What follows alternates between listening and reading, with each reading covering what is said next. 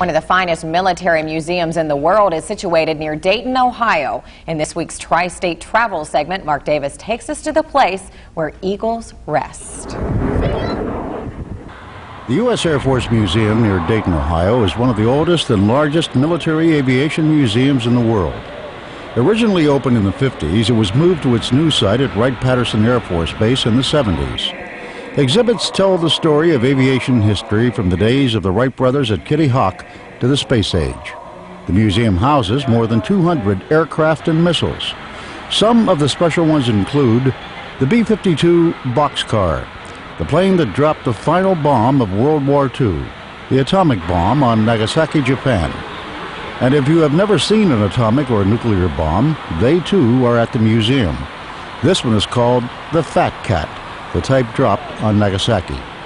There are also the infamous Japanese kamikaze planes, the Japanese Zero, the famous Flying Tiger plane, and for World War II buffs, there's a captured bust of Hitler complete with bullet holes. Other exhibits include the planes of the Korean War, the Vietnam War, World War I, and a Desert Storm showing is one of the latest exhibits. The Modern Flight Hangar is probably our most popular area. In the Modern Flight Hangar we have the F-117 stealth fighter, which is the only one in a museum on display.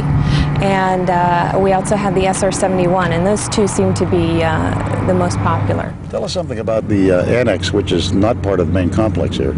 The annex is located about 1.5 miles from the museum, and we do have a free shuttle bus that goes every 15 minutes to bring folks to the annex. The annex houses some additional aircraft that we could not fit in our facility, and there are about 30 additional aircraft, and among those are the presidential aircraft, two of which you can walk through, President Truman and President Eisenhower's. The museum is primarily funded by the government, but is also subsidized by a foundation that operates the commercial aspects of the museum, including a restaurant, a gift shop where you can purchase souvenirs, books, and videotapes on air power.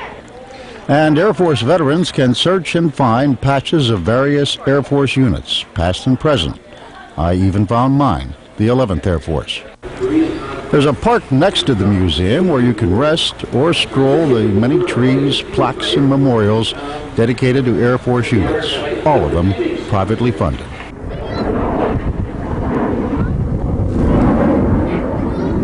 There are some who might say that military museums tend to glorify warfare. It's a debatable point.